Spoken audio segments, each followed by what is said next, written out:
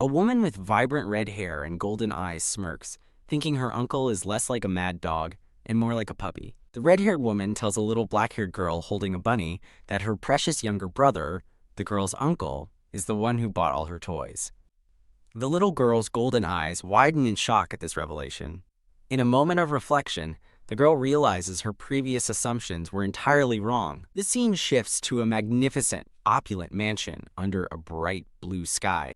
Inside, the little girl, now in a pink dress and clutching a teddy bear, trembles nervously as she thinks her mother must be insane to ask her to take care of this man.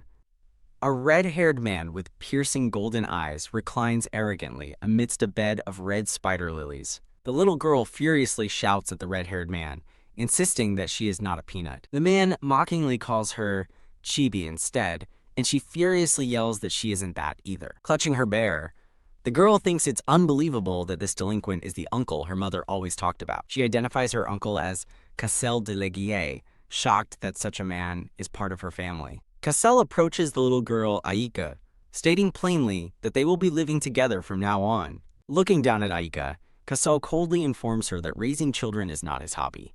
Cassel warns Aika to stay quiet, but while his face scares her, she thinks to herself that raising grown-ups isn't her hobby either.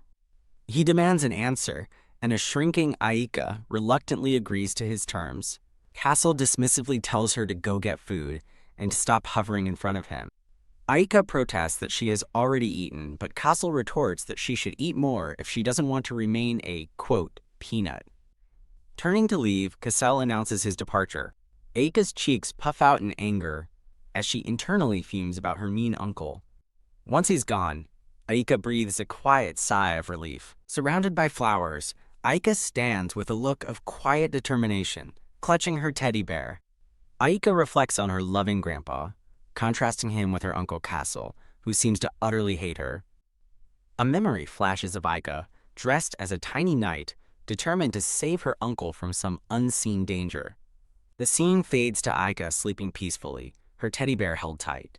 Aika narrates that she lives in a large country called Warford, shown on a hand-drawn map. She explains that after past conflicts, the land is now governed by three great families: Valiart, Deslin, and Notium, represented by a wolf, a plant, and a snake. The Valiart family's wolf symbol is proudly declared to be the best. Aika proudly introduces her family, her grandpa, Ilrode de Valiart, who faithfully serves the emperor, and her uncle Cassel, the strongest swordsman. She then introduces her mother, the red-haired woman from before, Syria de Valiart. Aika recalls that her mother, Syria, was always busy working at the imperial palace and rarely had time to rest. She never knew her father, but her mother simply said he had an important duty, and Aika was happy with just the two of them. Syria meets with the prime minister, who thanks her for coming, but she humbly insists it's merely her duty. Aika excitedly peeks through a doorway, reminding her mom of her promise to read her a storybook. As the prime minister's carriage departs, Syria calls out to Aika that she is coming. The carriage ride begins under a bright, sunny sky. While reading to Aika in the carriage, Syria asks why she was so unusually eager to join her on this trip. Aika thoughtfully admits she doesn't know why, but she had a strong feeling she would really miss her mother this time. Hearing her daughter's sweet words, Syria gives her a warm, loving smile. Suddenly, the peaceful journey is shattered by a violent crash in the dark, rainy woods. A horrified Aika is splattered with blood as a guard screams that they are under ambush and to protect the prime minister. A hooded assassin lunges at the prime minister, who gasps in shock. With an agonized Erg, the prime minister is fatally wounded. An ornate shoe steps onto the blood-stained ground as pained groans echo in the dark. A tall, cloaked figure asks his subordinate if the necklace has been found. The subordinate holds up a golden necklace found on a victim, but reports that the other target smuggled their item out. The leader orders a retreat before they are discovered, and his subordinate agrees. As the assassins leave, a blood-soaked Syria slowly opens her eyes in confusion. Nearby, a terrified and blood-spattered Ayaka stares in horror at the unfolding tragedy. As her mother collapses on top of her, a horrified Aika cries out, "Mom?" A bloodied Syria gently holds Ayaka's face, hushing her and begging her to be quiet. Coughing, Aika is pulled into a hug as her mother apologizes for failing to protect her prompting Aika to worriedly ask if she's hurt. Saria tells Aika that she will now possess special eyes, a revelation that leaves the little girl confused. In a surreal vision, Aika stands alone as her mother's voice explains her new eyes will help protect the people she loves. Sarah makes Aika promise to keep her new eyes a secret, and the crying girl agrees, pleading for her mother to be okay. With a final bloodstained smile, Saria accepts the promise and gives one last warning to be careful. The scene shifts to a lonely gravestone in a cemetery at sunset, marking the passage of time. Standing at her mother's grave with her grandpa, Aika narrates that she was found not in the carriage, but in a nearby forest. Aika recalls that her memories of the accident were jumbled, and the official investigation provided no answers. She remembers the furious emperor slamming his fist down in anger over the incident. Aika believes the emperor, her mother's old friend, was deeply upset by the loss of someone so brilliant. Overwhelmed by sorrow, Aika cries as glowing bubbles float from her tears. On the day of the funeral, Aika stands with the mourners and weeps. A sudden gasp interrupts her tears as she looks up at someone approaching. She recalls that this was the day she met her uncle for the first time. Seeing the man with his mother's red hair and golden eyes, Aika hopefully whispers, "Mom?" Overcome with a flicker of hope, she runs and clings to his leg, crying out for her mom. Aika explains that seeing her uncle, who looked so much like her mother, made her believe Saria had returned. A cute flashback shows Aika sobbing and hugging her new uncle's leg while her grandpa laughs awkwardly. After that day, Aika began living with her grandpa and started to understand her mother's final gift. She realized she had gained the ability to sense danger around her loved ones through sudden, terrifying visions. She narrates that the visions first appeared in her dreams, causing her to toss and turn with pained sounds. Eventually, the visions began happening even when she was awake, like when she was innocently carrying a vase. The scene shifts to Aika sleeping peacefully as she recalls having a particularly significant dream. Her dream is a chaotic, abstract web, signifying a journey into a prophetic vision. In her vision, a man seethes with rage, threatening a little brat and vowing revenge. The furious man draws a jeweled dagger, intent on violence. He lunges toward his target, a red-haired man, screaming, "Die, Legier!" Aika jolts awake with a scream, crying out, "Uncle! No!" Panting in her bed, she desperately tries to understand who she saw attacking her uncle. Sitting up with wide, determined eyes, she resolves that she cannot sit by and do nothing after seeing the future. For her mother's sake, she vows that her uncle will not die, as a vision shows him training with his sword. Peeking from behind a tree with a fiery resolve in her eye, she begins her solemn vow. She declares her intention to stay by his side and protect him, catching her uncle's attention as he senses her presence. Determined not to let the vision come true, Aika steels herself, ignoring her inner doubts about sticking to her grumpy uncle. Vowing to do it for her mom so her uncle won't die, Aika watches him from her hiding spot. Her new mission is clear: stick right by his side and protect him at all costs. Now dressed in a smart red plaid outfit, Aika pauses from writing a letter, looking up thoughtfully. A smiling maid with brown hair and kind green eyes is introduced as Zenda from the Legier estate. Aika asks Zenda if she knows where her uncle is, and the maid clarifies if she means the master. Aika's eyes widen in surprise at the confirmation. With a burst of excitement, Aika declares she's going to see him and dashes off, leaving a startled Zenda behind. Zenda offers to make sweet cocoa, but Aika is too focused, shouting that she has to see her uncle. The flustered maid thinks to herself that it's probably not a good idea to bother the master when he's busy. Sighing in resignation, Zenda agrees to escort her, and a delighted Aika takes her hand. The scene cuts to Kassel, standing inside his room. Aika beams with pure joy and anticipation outside the door. Standing before a grand door with Zenda, Aika looks up, suddenly confused by the imposing sight. Aika bursts through the door shouting for her uncle, while a frantic Zenda calls out for the miss. The door creaks open, revealing a man's shoe as he is disturbed. Kassel, with his shirt open, asks Aika with annoyance why she isn't keeping a low profile as she clings to his leg. Aika puffs out her cheeks, looking determined despite her flustered expression.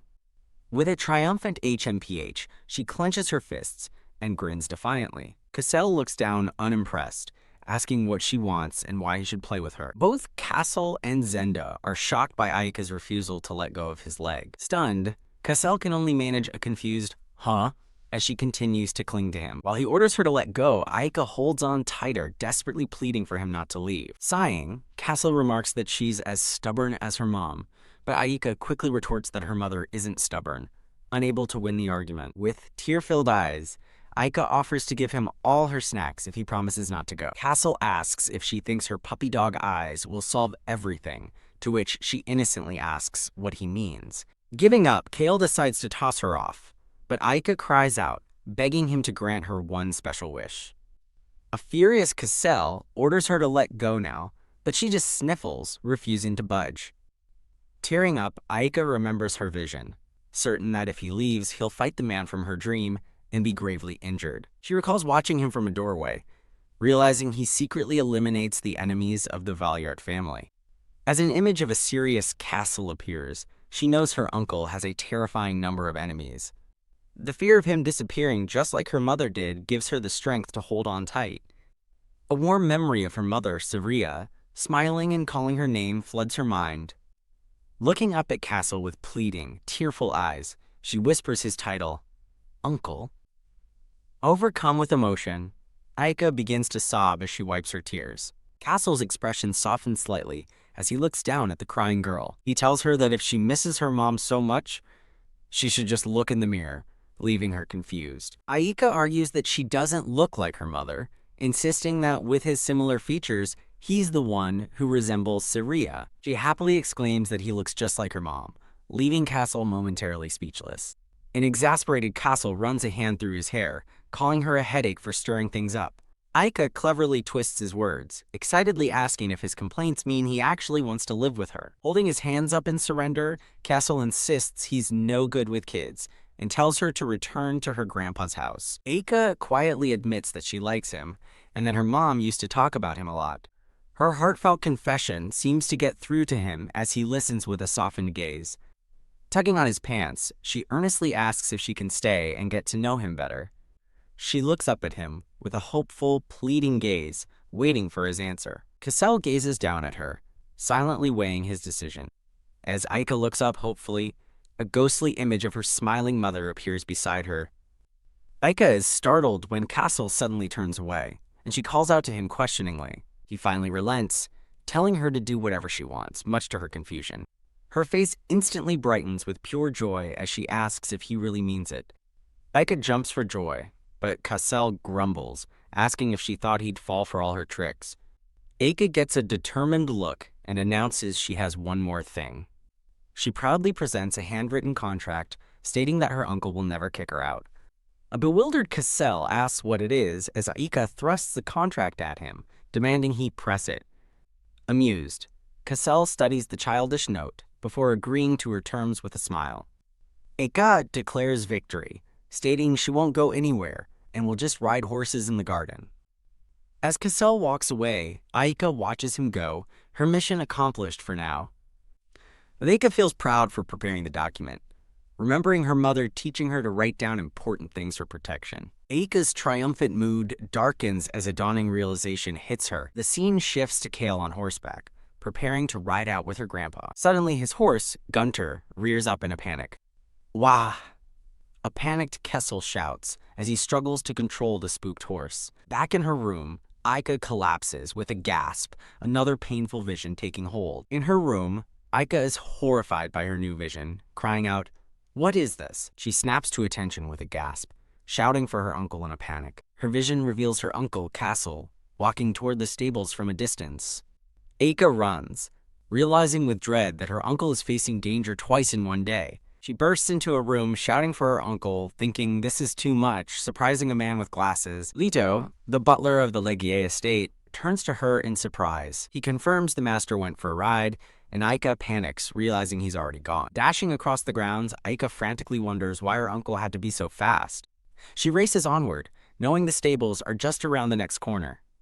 Out of breath, she continues her desperate sprint through the woods. She finally spots her uncle by his horse, sighing in relief that she's found him. Hearing her call his name, Kosao glances back from his horse. Furious, Aika charges, accusing him of being a liar for breaking his promise not to go out. As she latches onto his arm, Castle argues he's just riding on his property and tells her to let go. Aika insists he can't ride that specific horse, prompting an exasperated Cassell to ask what's wrong now. The horse, Gunter, lets out an uneasy, low rumble. Now holding Aika, Castle worriedly calls his horse's name as it continues to make unsettled sounds. Clutching his shirt, Aika stares intently at the horse. Aika points out the horse is trembling, raised hoof, a sign something is wrong. She takes a step forward, moving closer to the horse for a better look. Crouching down, she inspects the horse's hoof, trying to figure out what's wrong. She flinches back in shock, letting out a startled, "Whoa!"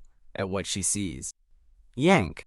Cassell yanks her away from the horse by her dress, scolding her for getting dangerously close. Castle orders his father-in-law to take the horse inside for an inspection, leaving Aika looking defeated in his grasp. Aika asks if he's not going to ride, and he confirms he can't ride an injured horse. Beaming with joy, Aika realizes her plan worked and her uncle is now safe. She snuggles against a silent Cassell, overjoyed with relief that her vision won't come true. As Aika lets out a pained OWW tilde, Cassell internally grumbles about her reckless behavior. He reflects on the danger she put herself in, wishing she had stayed safe with her grandpa. This, he thinks, is precisely why he never wanted to bring her to his estate. Aika, now held gently, looks up at her uncle with tired but trusting eyes. Carrying the exhausted girl, Cassell softly asks if she's sleepy, and she quietly agrees. He carefully lays the sleeping Aika down in her bed. He gently pulls the covers over her, ensuring she is tucked in. Watching her sleep, he notes her exhaustion and wonders again why she's so determined to cling to him. Even in her sleep, Aika tightly grips his trouser leg, refusing to let go. Cassell turns to leave the room, a complex expression on his face. 3 days later, the scene opens on the Grand Legier mansion. A new day begins, marked by a fresh daisy clip in Aika's hair. Aika peeks into a study, holding a drawing pad and calling for her uncle. Gerard, Castle's escort knight, welcomes her as Castle groans internally that she's back again. Cassell asks why she isn't in her room, and she cheerfully retorts that she is not a peanut. She proudly presents her masterpiece, a childish drawing of a red devil and a little girl. Horrified by his demonic portrayal, Cassell asks if that's him, while she beams, thinking it's a good drawing. Clenching his fist in frustration, Cassell tries to change the subject. Aika waits expectantly, clutching her drawing and watching him. He announces a visit to her grandpa's house, and Aika lights up with excitement at the news. Aika is thrilled, already thinking about the delicious cupcakes she wants her grandpa to try. A maid hums cheerfully while carrying a perfectly styled wig. While her hair is being done, Aika smiles, happy to visit her grandpa and confused by her uncle's sudden change of heart. A carriage arrives at a grand estate under a bright, sunny sky. Overjoyed, Aika throws her arms wide open in excitement. A man with dark, slicked-back hair and a formal uniform smiles warmly.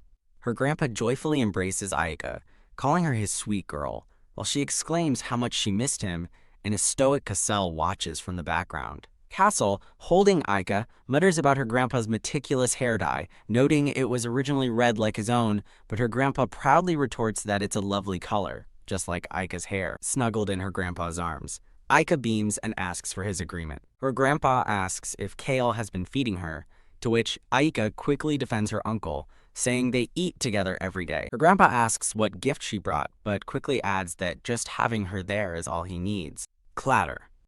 A fork is set down on a now empty dessert plate. Aika sighs in delight after finishing a cupcake, proudly announcing the completion of snack time round 2. The maid, Mari, asks if she enjoyed her food, and a happy Aika thanks her. Mari addresses Aika, who looks up from her drink to answer. Aika asks when her grandpa and uncle are coming back, and Mari flinches in surprise. Mari nervously explains they had something important to discuss, but Aika looks unconvinced. Aika's expression darkens with suspicion as she senses something is wrong. Recognizing the sound of a departing carriage, Aika looks alarmed while the maid calls out to her. Her eyes widen in horror as she realizes what's happening. Aika bolts from her chair as a frantic Mari shouts, asking where she is going. She dashes desperately across the estate grounds. Peeking from behind a stone column, Aika stares in disbelief. She sees her grandpa standing next to the carriage, wondering who he's with. Aika is shocked to see her uncle Cassell inside the carriage. Her face fills with tearful dread as she thinks, it can't be. She fears he is trying to leave her behind again.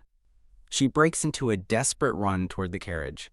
Aika runs toward her surprised grandpa, shouting that her uncle is a liar. Her grandpa catches her, telling her not to run, but she struggles, demanding he let her go. As the carriage drives away through the gates, Aika cries out for her uncle. In her grandpa's arms, a tearful Aika whispers her uncle's name, thinking she just wanted to save him. A vision of a resolute castle appears as Aika's pleas for him not to go echo in her mind. The scene shifts to a child's messy room filled with stuffed animals. Her grandpa looks down with concern, asking what's wrong with his child. Aika hides under a blanket, sulking, with a squirrel-like creature sitting on her head. Her grandpa panics, distressed to see her making such an upset face. Her grandpa listens silently as Aika complains that she could have caught her uncle if he hadn't stopped her. He gently suggests they eat a delicious snack, but a pouting Aika refuses. Huddled under the covers, Aika sadly concludes that her uncle must have abandoned her, breaking his promise. In a fit of anger, she resolves that she doesn't care about her uncle anymore. The scene transitions to a sprawling, opulent mansion. A golden liquid is poured into a delicate teacup. Leto, the butler, holds a teapot and remarks on how quiet and empty the mansion has become. While Castle reads a document and states he prefers the quiet, Leto forces a laugh, thinking that's just how Castle feels right now. Knock, knock. Gerard announces himself from outside the study, and Cassel tells him to enter. Gerard enters and reports that the Duke of Valiart has sent someone. Cassel looks up from his papers with a sharp expression, asking what it is. Gerard reports that Aika has been weeks since she fell asleep and isn't eating because she's waiting for him. Gerard looks concerned and asks Cassel if he shouldn't go see the young miss. Cassel lowers his gaze, remaining silent as he considers the news. Leto reassures Cassel that Aika is a child who will be fine with the old man, but Cassel remains silent and troubled. Cassel dismisses his staff, telling them to get back to their posts, and a concerned Leto and Gerard quietly agree. Creak. In his opulent study, a resolute Cassel rises from his desk, having made a decision. He thinks back to how Aika always ate her snacks so well, the image of a pastry underscoring his concern.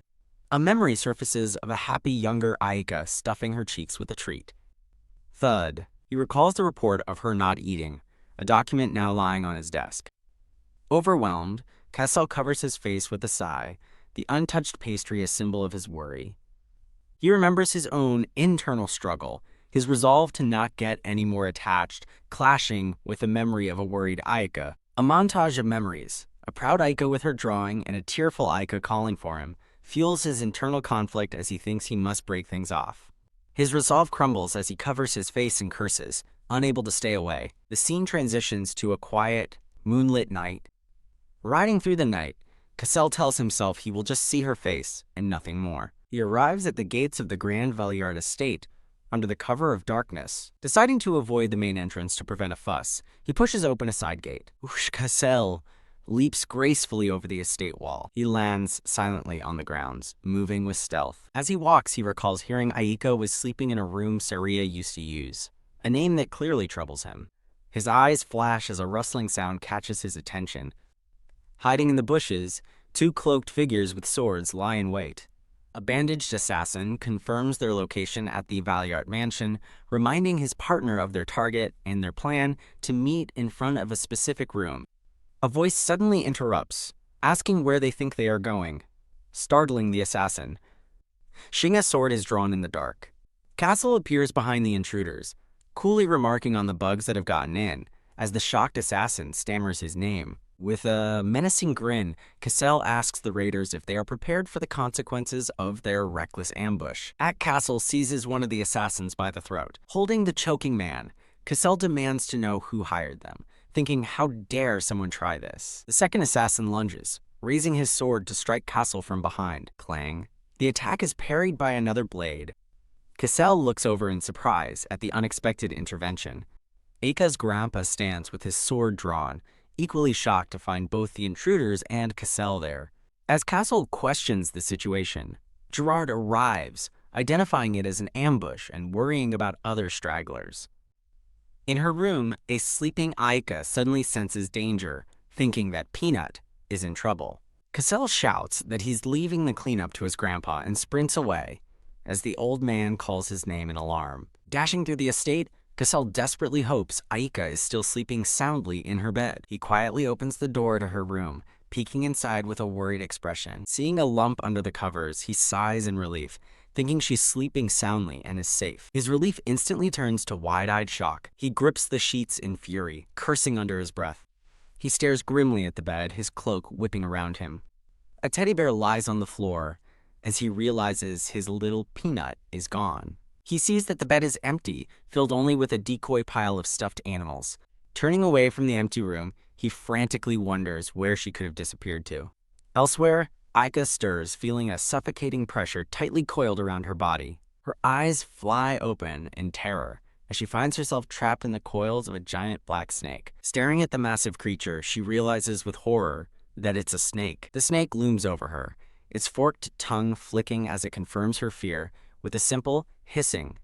Yes, it opens its mouth wide, revealing terrifying fangs as it prepares to strike. Gasping in fear, Aika realizes the immense danger she's in. She jolts awake in bed, shaken by the nightmare, and wondering what the source of danger was. Her attention snaps to a noise as she thinks, that sound. In a flashback, Cassel gently reminds a younger Aika of her mother's warning about shadows and tells her they should practice hiding, just in case. If the shadows come, a chibi character with purple hair and a witch hat sadly clutches a small creature. Aika realizes these are the same shadows from her childhood and knows she must hide. Hiding and covering her face, Aika trusts that her grandpa will come and save her. Her thoughts race with a single desperate resolve. I must not get caught. Curled up in a hiding spot, Aika freezes as footsteps stop right in front of her, fearing she's been found. In her terror, she thinks of her family calling out for her mom, grandpa, and uncle. Her eyes widen in shock as she overhears a familiar voice, frantically wondering where Peanut has gone. Standing in the room, a surprised Cassel hears a small voice ask, "Uncle!" Thump. His hand flies to the closet door as he frantically calls out for Peanut. As the closet door opens, Aika looks up in stunned relief, while Cassel asks why she was in there. Castle stares in disbelief, baffled as to why she would hide in a place like that. Her small foot lands softly on the floor as she steps out of the closet. Aika rushes into her uncle's arms, crying out that she was terrified. Cassel holds the sobbing girl, trying to calm her as she asks if the hide-and-seek is over and complains about how sad he made her. Puzzled by her hide-and-seek comment, Cassel suspects this isn't the first time she is hidden like this. In a flashback, Aika recalls her mother instructing her to always hide in the closet.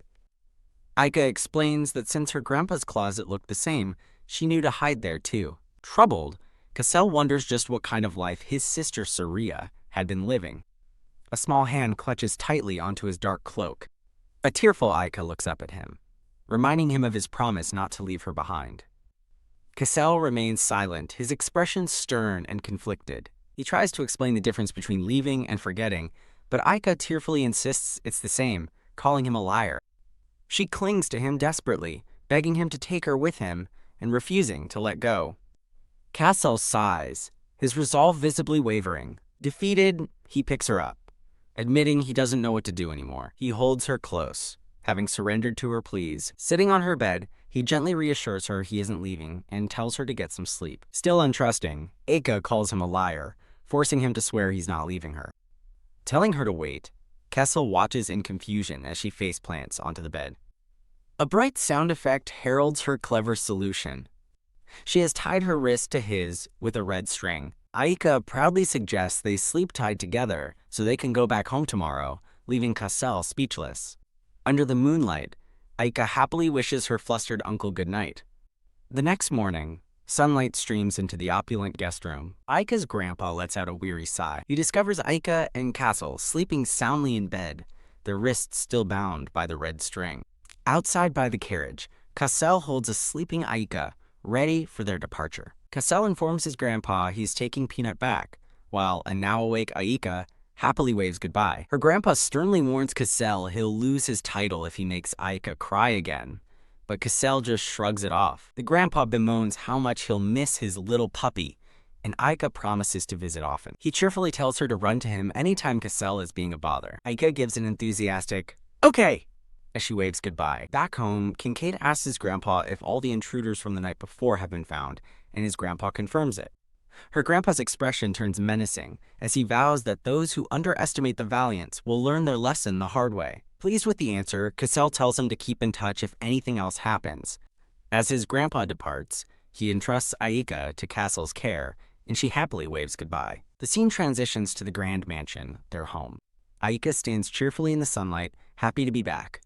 The maid, Zenda, greets her with a joyful smile, exclaiming that the young miss has returned. Zenda embraces Aika, admitting how empty the mansion felt, while Aika happily says she missed her too. The maid, Zenda, earnestly promises to protect Aika, vowing to support all her wishes. Zenda and Aika laugh together, with the maid promising to explain things so she won't be scolded, to which Aika happily agrees. Aika beams, feeling super reassured now that Zenda is on her side. A chibi drawing illustrates Aika's thought that everyone will be on her side, even if her angry Uncle Castle gets mad. In her imagination, Aika's allies form a shield to protect her from her fiery uncle. Aika cheerfully tells Zenda she wants to befriend everyone else too, leaving the amused maid to wonder about her plans. Aika asks to whisper a secret, and Zenda leans in curiously. Aika whispers her plan, leaving a wide-eyed Zenda completely shocked. Chuckling to herself, Zenda seems delighted by Aika's secret suggestion. Aika grins proudly, confident in her plan as she asks for confirmation. The friendly maids smile warmly, showing their positive reaction to Aika's efforts. A black-haired man and a green-haired maid giggle, charmed by the recent events. A red-haired man and Gerard look on, baffled, as the man wonders why everyone seems so dazed. The sound of footsteps announces an arrival. Aika appears, now in a bright yellow dress, smiling happily. As Gerard greets her, the red-haired man coolly reminds her to behave, but Aika has other plans. She shyly approaches, announcing she has something to give them. Holding up a red ribbon, Aika declares it's a present for Gerard. With a sweet smile, Aika thanks Gerard for always protecting her. A chibi Gerard is moved to tears, vowing to treasure the gift, while a chibi Castle looks on disapprovingly. Gerard proudly shows off his new ribbon, and Aika thinks it suits him perfectly, while the red-haired man internally grumbles that he should just accept it. Aika waves a cheerful goodbye to her uncle, telling him she'll see him later. A dark aura crackles around the red-haired man as he freezes in place, while a nervous Gerard stands by his side. The red-haired man glares, utterly annoyed as he thinks, "What the heck?"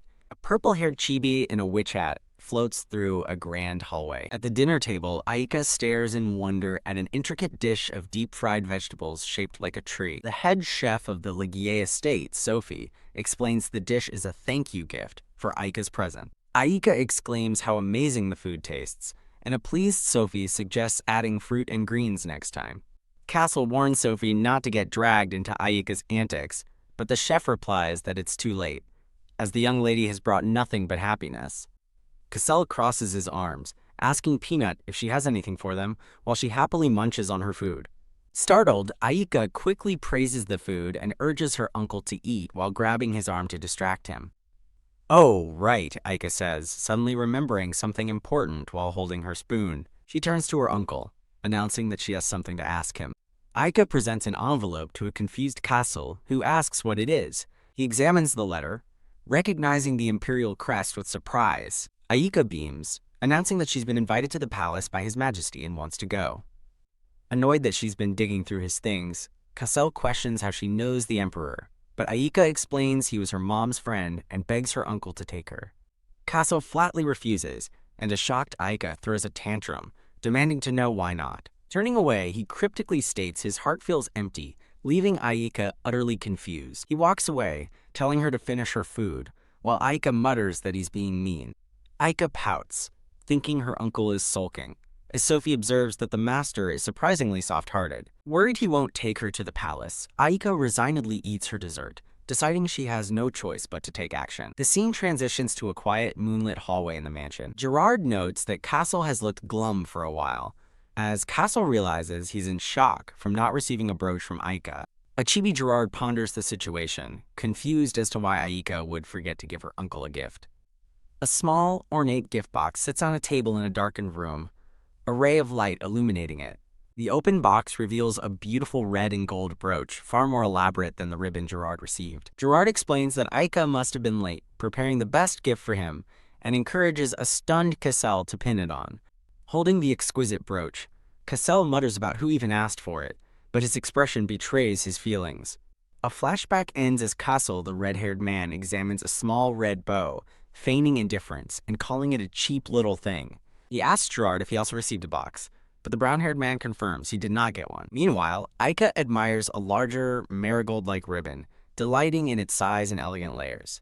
A smug chibi Gerard notes that Aika's gift has improved Castle's mood, while Cassel impatiently dismisses the fuss and demands a report. Gerard reports that his team has inspected the carriage wreckage, eliminating 38 attackers, and are still in pursuit of the remaining 7. Cassel scoffs at the attackers killing themselves, ordering Gerard to hunt down every last one, an order which Gerard accepts. Turning away, Cassel orders someone to tell Peanut to prepare for a palace visit tomorrow, while an off-screen voice questions the trip due to his workload. With his arms crossed, Cassel sternly tells Gerard to leave now that the report is done, and Gerard quickly agrees to depart. The purple-haired mascot encourages readers as the scene transitions to a magnificent, sun-drenched palace. Dressed in a beautiful, new pink gown, Aika beams with excitement for the day ahead. She notices her uncle is also wearing his brooch, and happily tells him how great it looks. Cassel gruffly asks if she thinks she's going to a party, and tells her to get in the carriage, leaving a surprised Aika scrambling to catch up.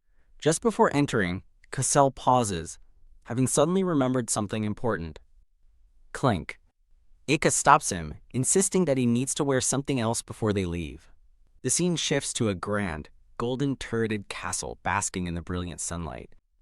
A maid and butler stride purposefully through an opulent, gold-trimmed hallway. Aika follows along, her expression one of utter displeasure. Doom. She holds up a large, ornate name tag that reads Castle de Ligier, horrified by what she's being made to wear. Castle firmly tells Aika she must wear the tag to avoid trouble, much to her embarrassment. Inside a magnificent, cavernous hall, Aika calls out for her uncle. A black-haired man plays the violin beside a harpist, impatiently wondering when His Majesty the Emperor will finally arrive. A man in a fur-collared cape enters, apologizing for his tardiness, and explaining he cleared his schedule for their meeting. Startled, Aika looks up, her eyes wide with surprise. A majestic man in formal imperial attire stands before them, his presence commanding the room. Aika stares in awe, recognizing the imposing figure as that man. She looks up at his gentle smile and purple eyes, wondering if this is truly His Majesty. A formal title card introduces him as the Emperor, Winchester Gaia Celador. Aika recalls a memory of her mother insisting she memorize the Emperor's name. She remembers the distinct imperial traits, signature purple eyes, and hair as black as the midnight sky. Looking from the Emperor to her own reflection, Aika realizes his features are just like hers. Confused, she wonders if black hair is more common than she thought, since the Emperor of Repel supposedly had it too. Aika gasps with sudden realization, catching the Emperor's attention. She gracefully gathers the hem of her pink dress, preparing to introduce herself properly. With a polite curtsy, Aika introduces herself as Aika de Voliert, forgetting she's still wearing the Castle de Ligier name tag. The Emperor laughs, charmed by her polite gesture, and says it's a pleasure to meet her. He kneels down to her level, greeting her with a warm and friendly smile. Aika waves back, with pure, uncontained joy. The Emperor blushes, completely captivated by her adorable and cheerful greeting. Overcome with happiness, Aika rushes forward and gives the Emperor a heartfelt hug. He returns the embrace, blushing as he admits he's been eagerly looking forward to this moment. Cradled in his arms, Aika listens as he warmly thanks her for coming to see him. He remarks how much she resembles Saria, prompting Aika to ask if he and her mother were friends. The Emperor smiles, confirming that both Saria and Cassel are dear friends of his. He then spots her name tag, asking if Cassel gave it to her and calling it adorable, which flusters Aika. A bashful chibi Aika confirms her uncle gave her the tag, and a delighted chibi Emperor calls it lovely. Oh right, Aika suddenly remembers she has a present for him. She steps back from the Emperor, ready to present her gift. She holds out a simple, beautifully crafted red ribbon bow.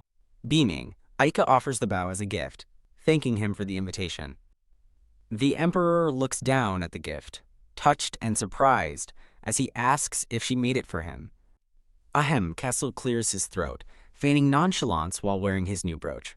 With his arms crossed smugly, the red-haired man proudly displays the elaborate brooch Aika gave him. A chibi Aika and a confused Gerard watch as a smug chibi Castle silently boasts that his gift is far flashier. The black-haired man smiles warmly, thanking Aika for the thoughtful gift she gave him. As a hand pats her head, Aika beams with a happy, "Yes!" The black-haired man smiles, deciding that since he received a gift, he should return the favor. He turns and asks a green-haired maid named Sola to bring him something, and she respectfully replies, "Yes, Your Majesty." Sola presents a mysterious black box wrapped in cloth. Aika looks up inquisitively, asking what the mysterious object is. The Emperor explains that it's a long overdue gift from her mother, Saria, who believed it would be useful for someone as bright as her. He smiles, apologizing for taking so long to pass the precious item on to her. The box opens to reveal an ornate, flower-shaped golden key nestled in blue velvet. Stunned, Aika asks if her mom really asked him to give her this. The Emperor confirms it, explaining the key unlocks access to ancient, long-forgotten books filled with wisdom. He adds that Surya believed Aika was the only one who could find something special within them. Aika stares at the key, her heart swelling as she thinks, "Mom gave me." She clutches the precious key to her chest, overwhelmed with emotion. With a jolt of realization, Aika remembers her manners and thinks she must thank His Majesty. Aika bows deeply, thanking him profusely, and the Emperor tells her she's welcome to visit any time. Aika giggles happily, cherishing her new key. Aika asks her uncle to hold the key for her, prompting a weary Cassel to mutter that he's already being put to work. The maid Sola offers to take the key, but Aika pulls away, insisting she can't lose it as the Emperor looks on. An off-screen voice announces perfect timing, as there's someone they'd like Cassel and Aika to meet. As a door opens to reveal a white-haired boy, the Emperor explains he invited him so he and Aika could become friends. Her eyes sparkling with stars, Aika gets excited at the prospect of making a friend. The Emperor tells Aika the boy might seem stiff, but he's sweet, and asks her to be nice. The Emperor gestures to the boy, introducing him as Ruthvi and telling him to say hello. Aika gazes at the boy, her expression curious and bright. The boy, Ruthvi, smiles gently, his purple eyes soft. A decorative transition panel shows a crest and an outstretched hand. Ruthvi extends his hand toward Aika, ready to greet her. The scene flashes back 2 years, focusing on a patch of pretty white daisies. A younger Ruthvi, identified as Ruthvi Winterus Calpodia, gazes wistfully at a garden. He picks the daisies, wondering if his father would like them as a gift. Overhearing a conversation, Ruthvi is shaken as a man laments not pushing someone else to be emperor and asks if something is wrong with his brother. Peeking from a doorway, Ruthvi hears his father's angry voice dismiss him as a mere placeholder, leaving the boy to whisper, "Father?"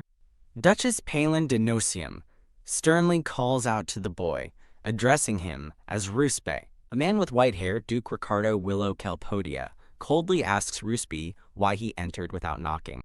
As Ruspe apologizes, his father scolds him for having dirty hands, reminding him he must act like a future heir to the throne. TSK, the Duchess cruelly snatches the flowers from Ruspe's hands, calling them filthy weeds and scattering them on the floor. His father, Duke Ricardo, looks on coldly, agreeing that he can no longer indulge his son's childishness.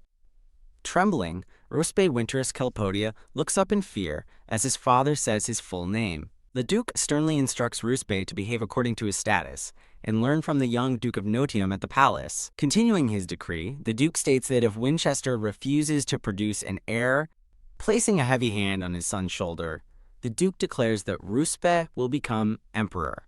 Returning to the present, Ruspe smiles warmly at Aika, his past hidden behind a gentle expression.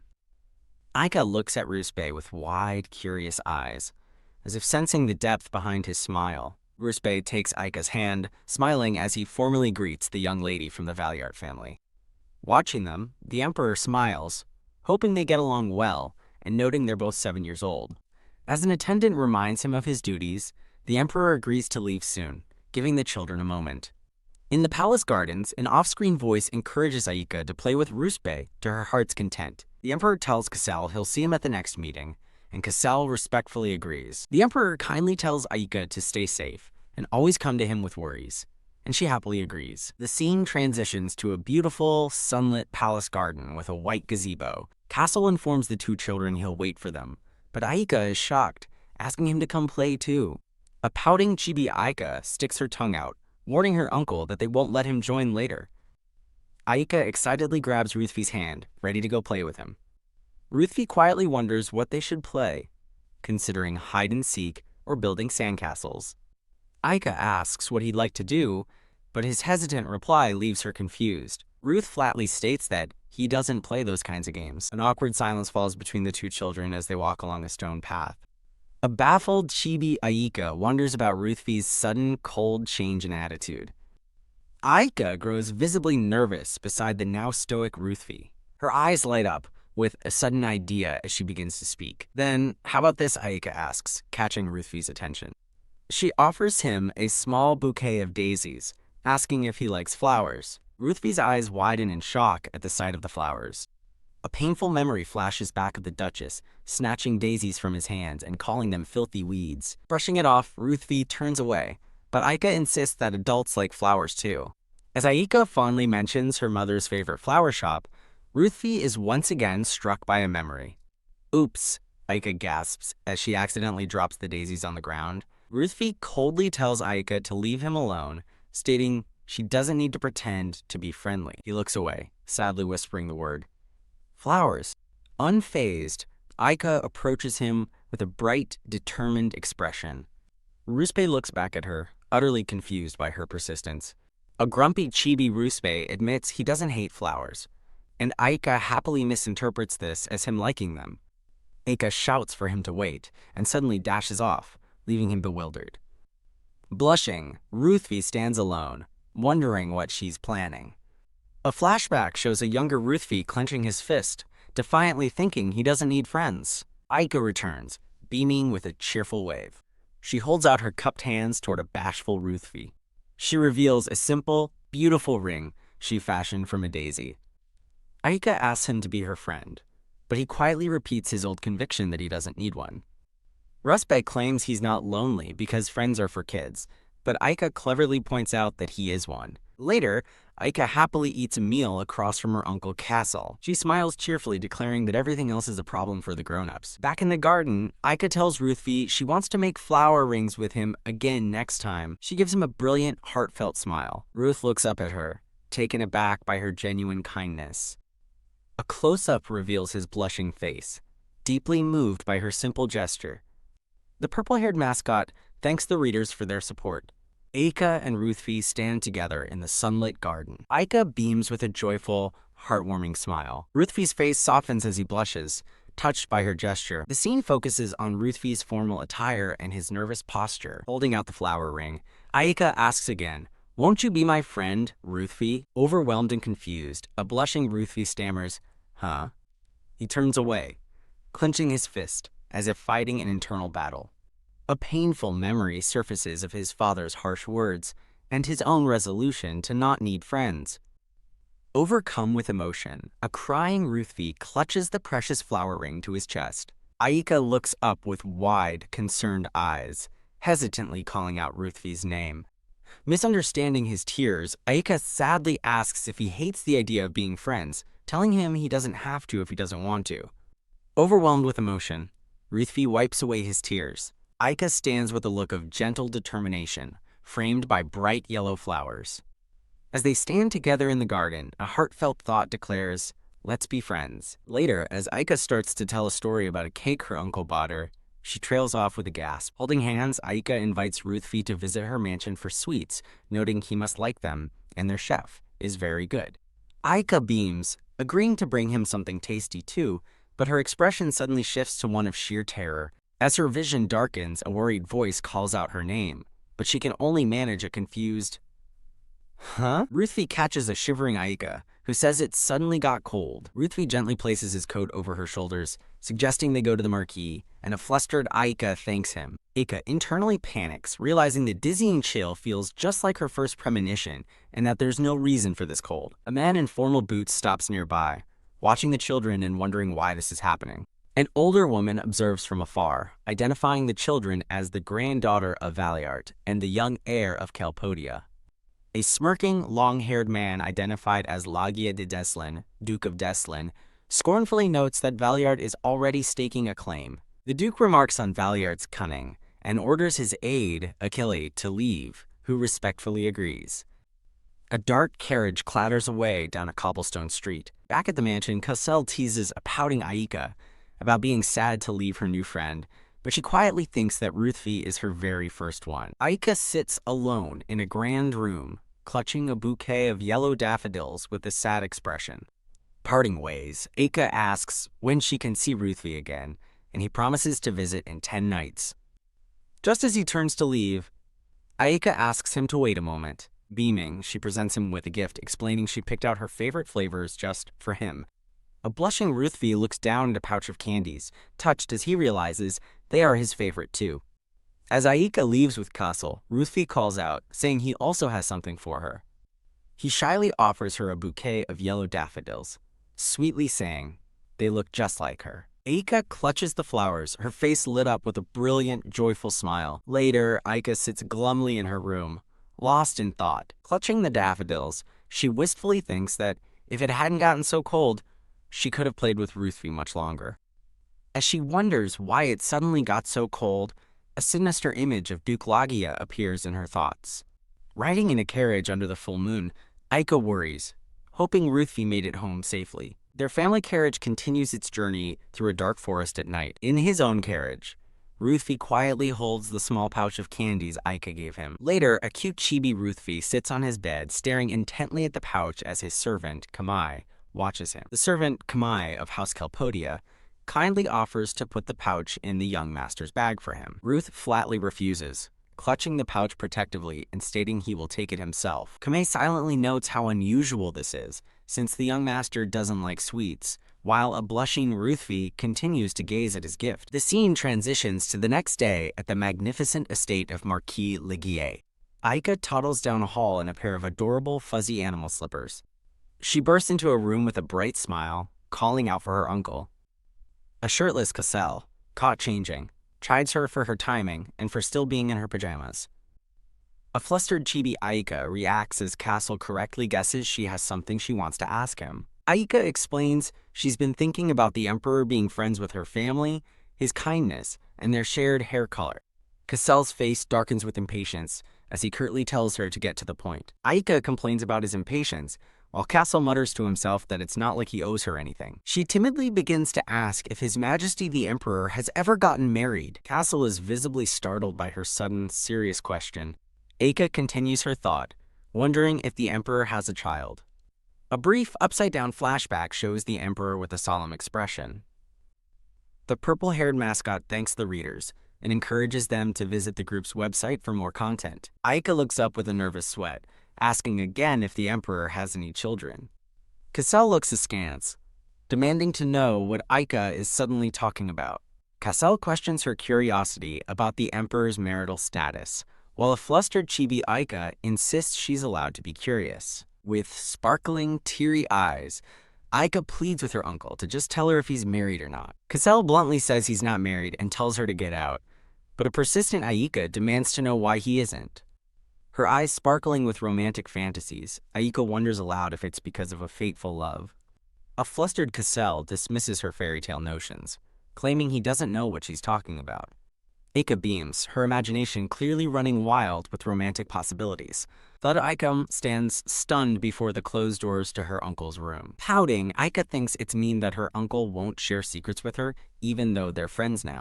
A few nights later, the scene shifts to magnificent Leguier estate, under a full moon. Dressed in formal attire, Castle muses that Aika has been acting strange lately. He thinks about how quiet she's been, compared to her usual troublemaking, as Aika is shown peacefully drawing a picture. As he turns to leave, Aika asks where he's going, but he coldly tells her not to follow. Aika meekly agrees, and a surprised Castle wonders why she's not begging to come along. He glances back at a focused Aika, who continues to draw without another word.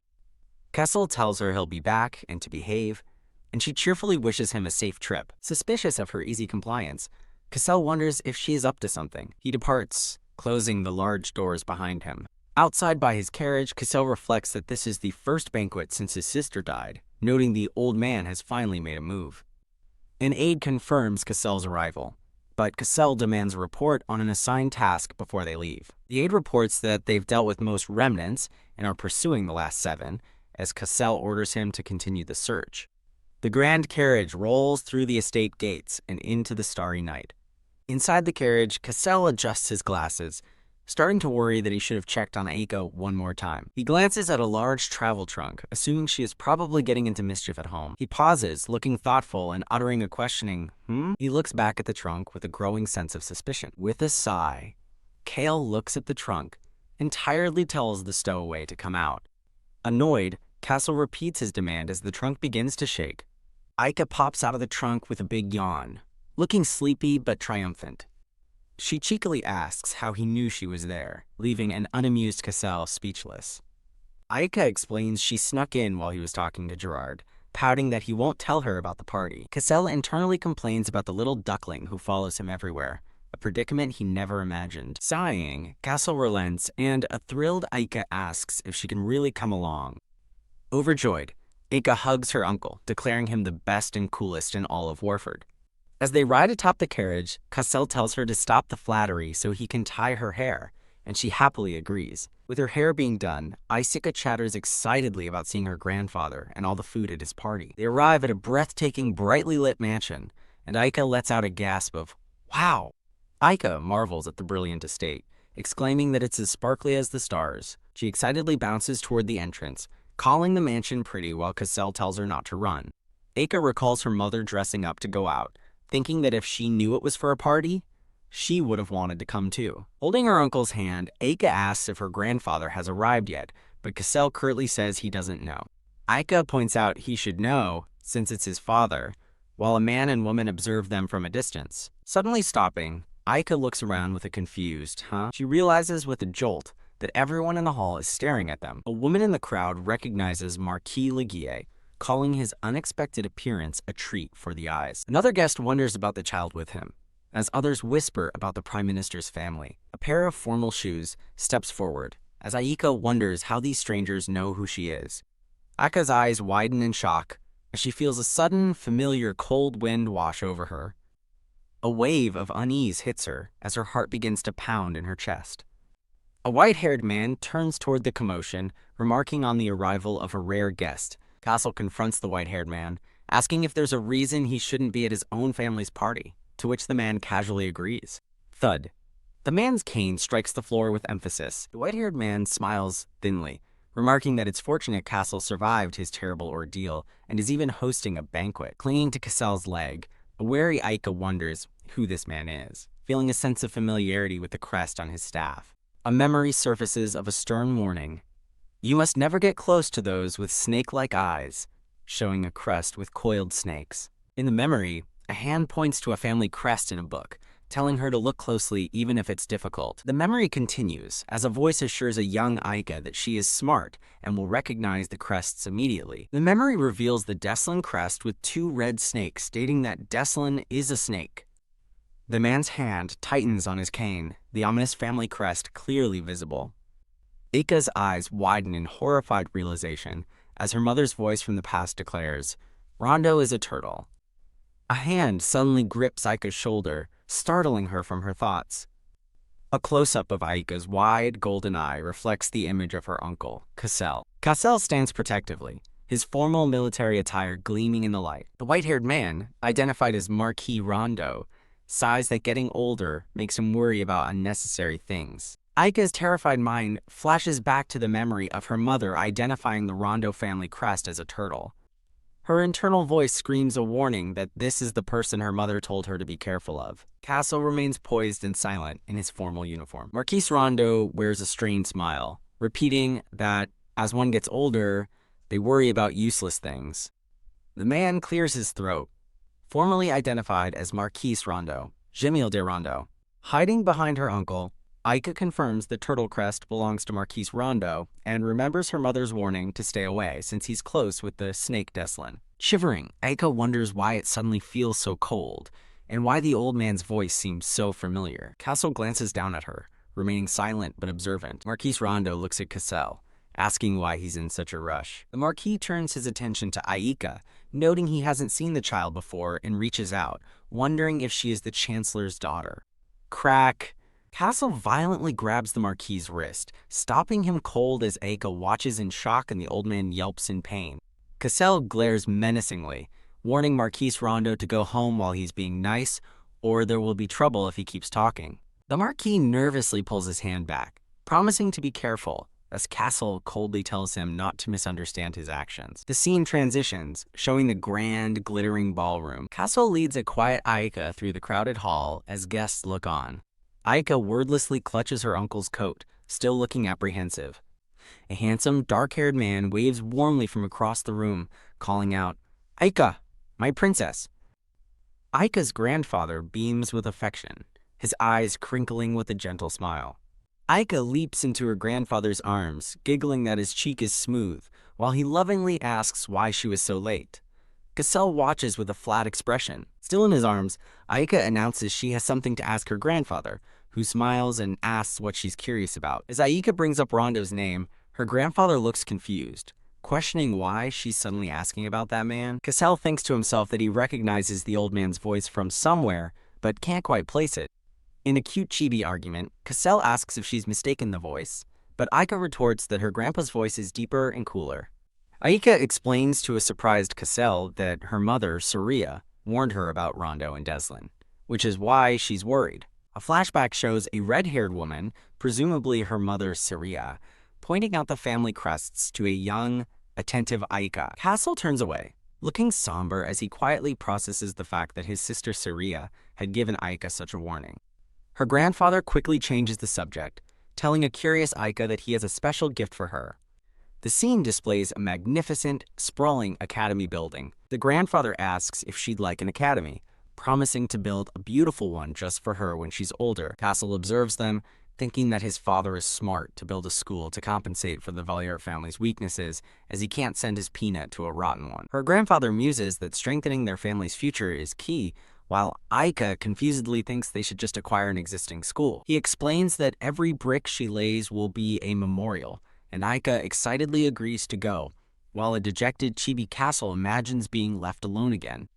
Aika's eyes sparkle at the thought of the academy, and her grandfather asks if his princess has a friend he might know. Aika tells her grandfather about her plans to meet Calyps at the Imperial Palace and introduce them, excitedly asking if her uncle is coming too, much to Cassell's annoyance. Cassell curtly tells Aika that's enough, stating that her grandfather is busy and he has to greet other guests. The scene shifts to a lavishly set banquet table, filled with ornate candelabras and fine dinnerware. Aika sips a drink, finding it amazing that until now, no one had dared to approach them. She notices various ladies greeting a stoic Castle, who is accompanied by a smiling blonde woman. A bored Kazu thinks he wants to proceed with his plan, while a chibi Aika wonders why he's ignoring everyone's greetings. A woman with an elaborate blonde braid approaches, stating she was drawn by the unusual amount of noise. The blonde-haired woman stands before Cassell, who looks at her with an indifferent expression. Hella de Lamode, Countess of Lamode, greets Cassell with a confident smile, asking if he's leaving so soon after a rare visit. As Cassell turns to leave, the Countess warns him not to send her away, claiming she has vital information he'll regret not hearing. Aika's eyes sparkle with curiosity as she wonders who the pretty lady is, activating her Aika lens. Through her imaginative lens, Aika sees the Countess whispering to Cassell and immediately assumes she must be his girlfriend. Cassell tells Aika to stick with Gerard for a moment, and she gives him a sparkling, enthusiastic, "Okay." As Aika walks off with determination, she resolves not to interfere with her uncle's newfound love, leaving a confused Cassell behind. Aika cheerfully tells Gerard it's time to go, and he dutifully agrees. Holding his hand, Aika excitedly asks Gerard if the pretty lady is her uncle's girlfriend. Much to his surprise, Gerard laughs and clarifies that the woman is not his girlfriend. They simply share a common goal. Aika lets out an ah of understanding, her misunderstanding cleared up. She spots a magnificent, glittering fountain and excitedly asks Gerard if she can sit by it. Gerard gently steers her toward a nearby table instead, worried she might get wet, and Aika happily agrees. Aika beams as she sits at a table laden with beautiful cakes, happily accepting a slice from a smiling Gerard. While eating, Aika wishes her uncle could see the pretty cakes, while Gerard suggests they can leave if she's bored. Aika insists on waiting for her uncle, so Gerard says he will check on the situation and asks her to wait. Left alone at the table, Aika hums thoughtfully to herself. From behind a column, a pink-haired woman observes the young girl, remarking, "So that's the kid." The woman continues to watch, noting that the child is always clinging to the marquee. The scene briefly returns to the opulent, empty banquet table. Aika sits alone, beginning to worry that Gerard is taking a long time to return. Aika thinks that waiting is boring and considers searching for him, while from a distance, the pink-haired woman thinks she is supposed to wait for someone to show up. Aika overhears nobles gossiping, speculating that the Marquis is hiding her out of shame or plans to marry her mother. Another pair of guests remarks how inappropriate it is for an unmarried man to bring a child, causing Aika to look down sadly. The pink-haired woman smirks, thinking that only Marquis Leguier could get away with such a flaw in his reputation. Aika sits in stunned silence, unable to believe her mother would ever hide her from the world. A warm memory flashes of her mother, Saria, joyfully embracing a much younger, giggling Aika. The gossip continues as a man dismisses Aika as a potential heir, and the pink-haired woman agrees that an unrecognized child could never be a successor. As a guest voices their disbelief over the Chancellor's scandal, Ataka resolutely stands up from her chair. A man suggests to the pink-haired woman, Lady Rosina, that the Marquis's dislike for the child is good for her, which she laughs off as Aika thinks defiantly, "Mom never hid me." A sudden exclamation mark signals the gossiping couple's surprise. Aika glares with fierce determination, her small fists clenched. Facing the gossiping nobles, Aika stands her ground and shakily calls them liars. Aika defends her mother's pride in her, telling the nobles they know nothing.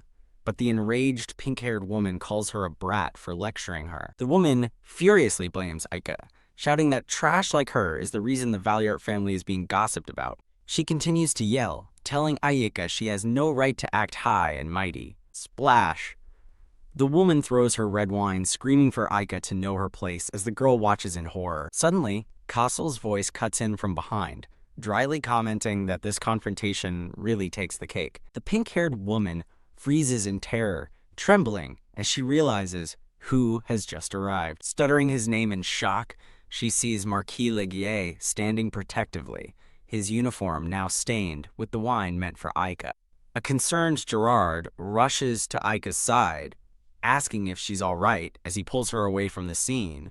Castle glances back at the man who is with the woman, who immediately responds with a subservient, "Yes, my lord." The pink-haired woman panics, frantically wondering how much he heard and trying to convince herself it doesn't matter. Cassel turns his head slightly, giving her a cold, knowing look from the corner of his eye. With a chilling calm, Cassel tells her to keep running her mouth, leaving the trembling woman to ask, "Pardon?" On the floor, a terrified Rosina asks Cassel how he could use such vulgar language. Cassel glares down, questioning if her gossip wasn't vulgar, and warns Rosina Green to watch her finances. As he advises her to save for a rainy day, a terrified Rosina and her companion are shown in a downpour of dread. As Kessel walks away, Rosina desperately asks what he means and begs him to wait. The scene transitions to a peaceful, starry night sky above a lit window. Standing outside in the moonlight, Cassel turns as he hears something. He sees Aika and asks his short little peanut why she's out in the cold. Cassel furiously scolds Gerard for not watching Aika and orders a harsh punishment, but Aika quickly defends her guard. Fidgeting with her dress, Aika tells her uncle that she has been thinking about something. A warm memory surfaces of her smiling, red-haired mother, Saria. Aika beams with an identical bright smile. The view focuses on the collar of Cassel's shirt. In a flashback, a younger, smiling Saria interacts with a young, red-haired Cassel. A flustered Cassel admits Aika is something else, and she cutely asks if that means he likes her now. A few days later, a carriage waits outside a townhouse. Aika, wearing a new green dress, happily thanks her uncle for accompanying her. Inside the carriage, Cassel asks if she's really so excited, and Aika confirms they're getting a gift for Ruthvi. Aika chatters excitedly about the flower shop her mom loved, annoying a stoic Cassel who tells her to be quiet. Aika sweetly asks if they can visit the market, explaining that she's never been to one before. Cassel sternly rejects the idea, telling her not to get clever and that they are only there for flowers. A dejected chibi Aika's cat ears droop in disappointment. She thinks sadly about how much she wants to visit the market. In her imagination, a tiny, sad Aika longs for the fun of the market, while Cassel sits impassively. She continues to daydream about the dolls and snacks, still hoping it would be fun. He finally relents, promising to take her next time, and Aika explodes with joy, making him promise. The carriage wheel turns as they continue on their journey through the festive town. Aika runs ahead excitedly, urging her uncle to hurry up while he warns her to slow down. Arriving at a shop with a flower sign, Aika calls out a cheerful, "Hello!" The brown-haired shop owner turns, her expression shifting to one of complete shock. Aika runs toward the woman, calling out Neri and happily asking if she's been okay. A dramatic sound effect emphasizes the emotional weight of the reunion. Neri sweeps Aika into a tight, tearful embrace. Crying with joy and relief, Neri whispers that she's so glad Aika is safe. Hearing Neri say she must have been heartbroken, Aika's eyes begin to well up. Neri hugs Aika tighter, confessing she regrets letting Lady Saria leave that day, which leaves Aika confused. As Cassel watches sternly, Aika asks Neri what she means about her mom. Cassel grabs Aika's collar, demanding her attention. Neri's somber confession about letting Lady Saria go hangs in the air as Aika looks on, confused. Cassel's hand on Aika's collar holds her in place. Wiping away a tear, Neri begins to explain what happened the day before the accident. In a beautiful flashback, Saria smiles warmly while holding a flower, a memory Neri cherishes. Back in the present, Neri smiles through her tears, expressing her relief and how much she missed Aika. Aika looks up, touched, and softly says, "Sister Neri." Neri invites them inside, asking who the flowers are for, as Castle watches from the background. Aika excitedly declares she's getting flowers for her new friend, her grandpa, her uncle Gerard, and Zenda. Cassel tells his peanut that she doesn't need to get him anything. Aika protests loudly, certain that the pretty flowers will surely change his mind. Neri smiles, proudly stating her flowers are the prettiest and promising to pick out the best for them. A gorgeous bouquet of flowers is elegantly wrapped with a flowing red ribbon. A hand gently tucks a purple flower behind Aika's ear, making her look up inquisitively. Aika cheerfully thanks the shop owner, Neri, who smiles back at her. As Cassel waits outside, a tiny, panicking Aika calls for her uncle to wait for her. Pointing enthusiastically, Aika asks Neri for another flower, and Neri worries it might be too heavy for her. Startled, Castle turns to see Aika has joined him outside, acknowledging his peanut. A giant, vibrant sunflower fills the frame with a flourish. Cassel questions Aika for carrying a flower her own size, but she proudly declares she picked it for him because it would suit him. Aika beams with joy, happily clutching the huge sunflower. Unimpressed, Cassel asks how a giant flower could possibly suit him, and where he's supposed to put it. Aika pouts with puffed cheeks, thinking her uncle is being mean. A chibi Aikaka pouts, asking if they can forget nature, while Cassel resignedly holds the sunflower, telling her to do as she pleases. Against a dramatic sky, a voice states that if something feels unfair, one must grow bigger, followed by a scream of "Arg!" Back in the carriage, Aika looks up at a stern Cassel with a confused "Huh." Arriving home, Kessel steps out and asks his guard what's going on, who responds nervously. A flustered man announces that the young master and lady from the banquet have come to visit. The man explains that the pink-haired woman, Rosina, and her companion are at the gate, refusing to leave until they apologize. Gerard notes that their apology seems genuine and asks Cassel for his decision. Cassel remains silent, thoughtfully considering the situation. Cassel asks Aika if she wants to meet them, giving her the choice to stay in the carriage, and she hesitates. With newfound resolve, Aika looks up brightly and agrees to go. As Castle and Aika approach, the nervous pink-haired woman stammers his title, and he's told the young miss has come too. With a sudden thud, the disgraced noble and Rosina bow deeply before Aika. The man sincerely apologizes to the young miss, promising never to speak so carelessly again. The man and Rosina both plead for forgiveness, vowing that such an incident will never be repeated. As a token of apology, Rosina nervously presents a gift box, revealing a stunning ruby and diamond necklace set. Castle looks down at Aika, quietly asking for her opinion. He tells his peanut that she doesn't have to accept the gift if she doesn't want to. Aika calmly states she doesn't need the gifts, sending the apologetic pair into a panic. Aika then breaks into a bright, knowing smile.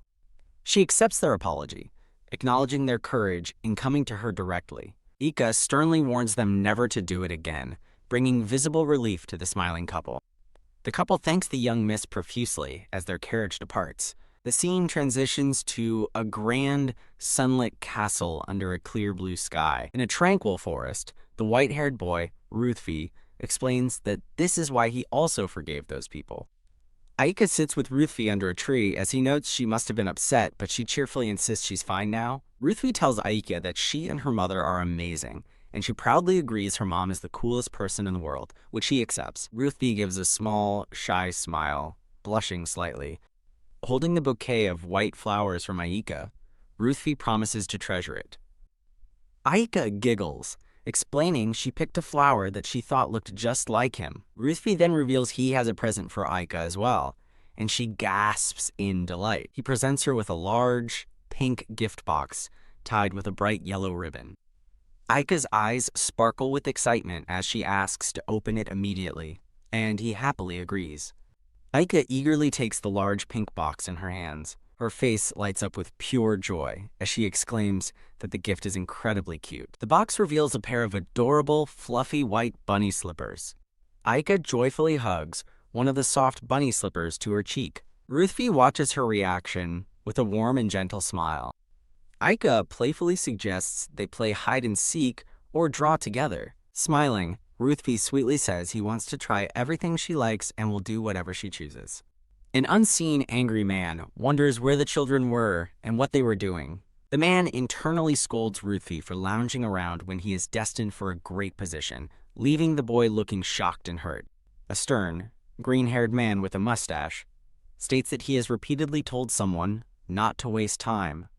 Clenching his fist, the man laments that it seems he has taught his charge poorly.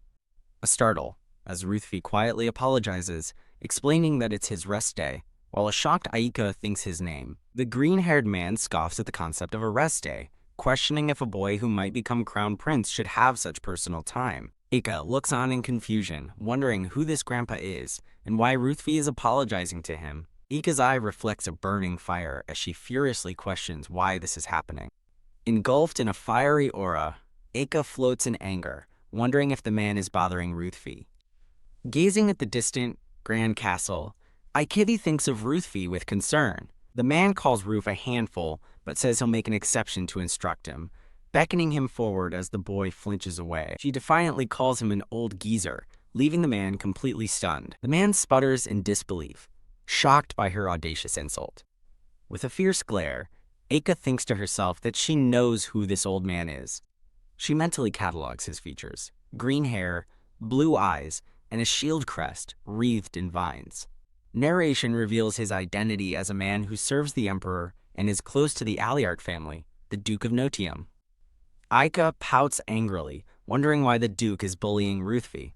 When the Duke asks who she is, Aika stands protectively before Ruthvi and proudly introduces herself as Aika de Valiart. The Duke smirks at the name Valiart, thinking they have finally come out of hiding. He introduces himself as Gale de Nocium, causing Aika to realize with a jolt that he's the Duke's son, not the Duke himself as she'd read. Gale condescendingly asks Aika if her grandfather failed to teach her respect for her elders. Aika fiercely retorts that her grandfather taught her adults who bully children are bad people, accusing Gale of bullying Ruthvi. Tesk, Gale dismisses her as too young to understand, explaining that Ruthvi's path is arduous and he cannot afford to waste time.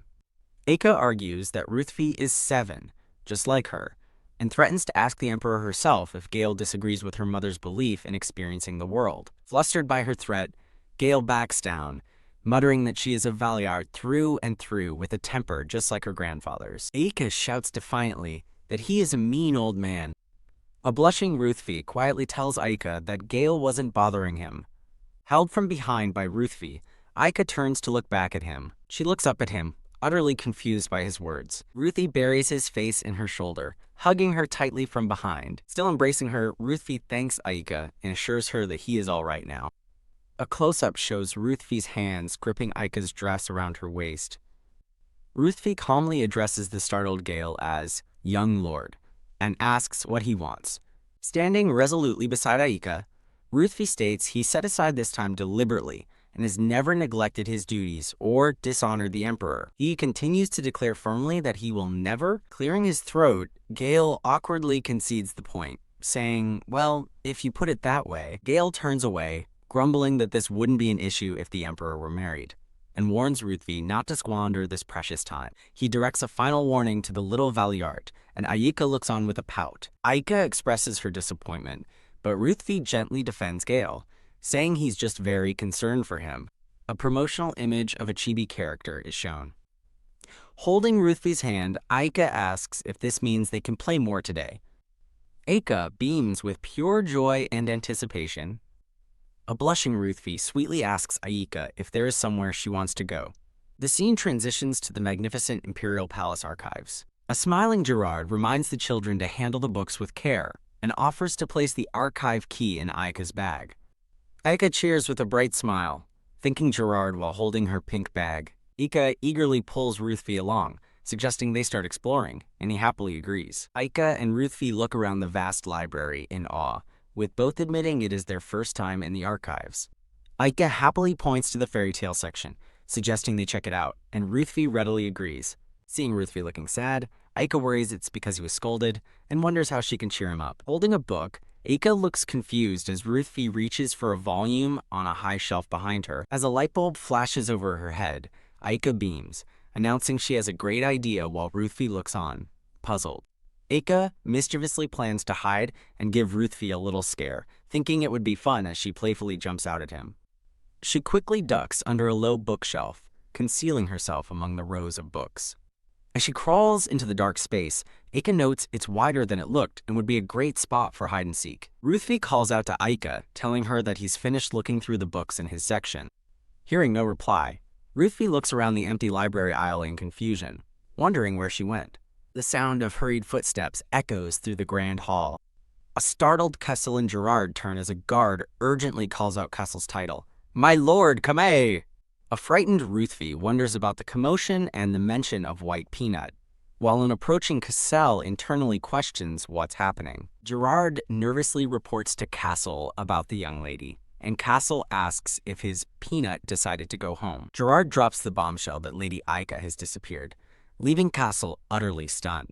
A trembling Ruthvi explains that Aika vanished while they were looking for books, tearfully blaming himself for her disappearance. A hand firmly grips Ruthvi's shoulder. Kessel tells the trembling boy it's not his fault, and orders him to pull himself together and follow. With renewed determination, Ruthvi shuts his eyes and cries, "Yes!" Kessel orders Gerard to summon the soldiers to the archives as he strides off, desperately wondering where on earth his Peanut has gone. As Aika peers out from her hiding spot, a desperate thought echoes, pleading for her to be safe. Gah! A royal guard cries out as he is violently thrown aside. A panicked guard tries to restrain Kessel, begging the Marquis to calm down and explaining that all forces are searching for the young lady. With a look of pure fury, Kessel icily warns the guard, "Don't get in my way." The guard protests that barging into His Majesty's palace is an act of treason. A man in a white fur-collared uniform coolly orders Kessel to move, but a guard behind him shouts his refusal. The man tells Kessel to calm down, swearing on his name that he'll find Aika and asking him to wait just a little longer. Kessel glares with murderous intent, threateningly asking if the man thinks he won't kill him. The man holds up the archive key, blaming Kessel for giving it to her in the first place, which led to this situation. He admits he acted rashly, but insists Aika will be safe, urging Kessel to trust him and wait. Enraged, Kessel grabs the man by his lapels, shouting that the key made her disappear and he's expected to just trust him. The man looks anguished, thinking that after losing his sister, he can't bear to watch his niece vanish too. Clenching his fist, he tells Kessel that if he can't trust him, he must trust Saria. Narration reveals the archive key was a gift from Saria to Aika, and she never would have left anything dangerous for her daughter. The man gives a sad smile, stating that he can't refuse a request from Saria, a fact he knows Kessel understands well. Kessel remains silent, his intense anger finally beginning to cool. Relaxing his grip, Kessel begrudgingly agrees to hold off for now.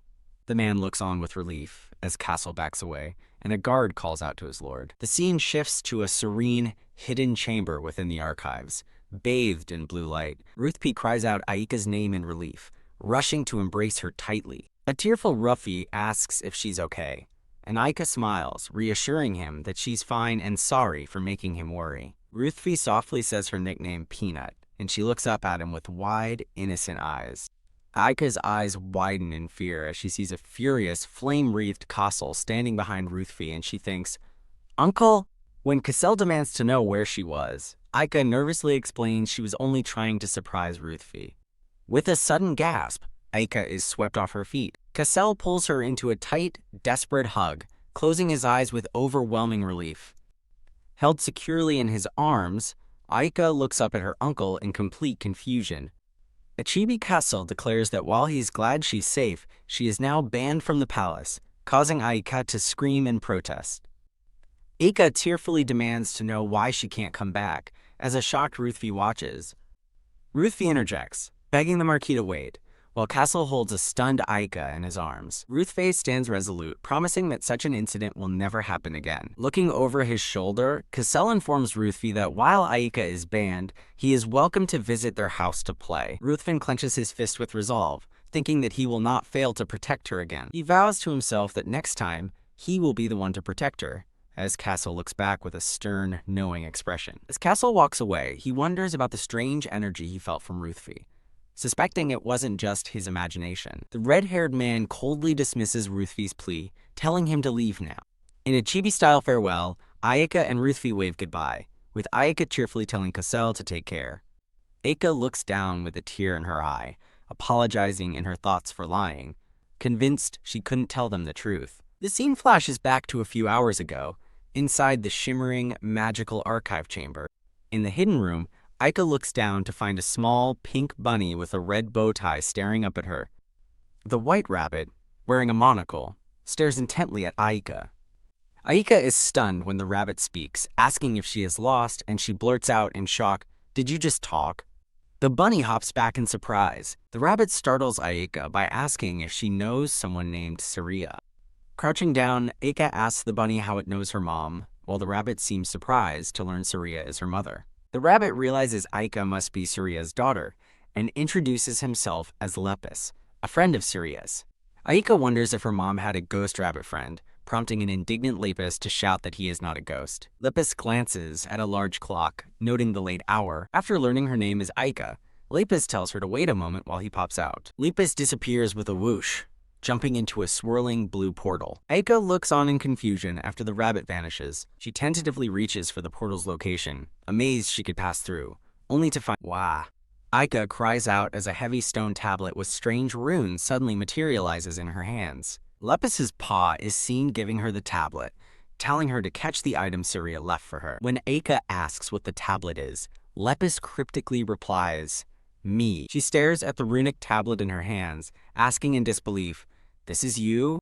A vision of a serene, red-haired woman holding the same tablet appears. Aika asks about a word on the tablet, and Lepus explains it means indicator, or seeker, wondering if Saria never told her. With a sad expression, Aika reveals that her mom passed away recently.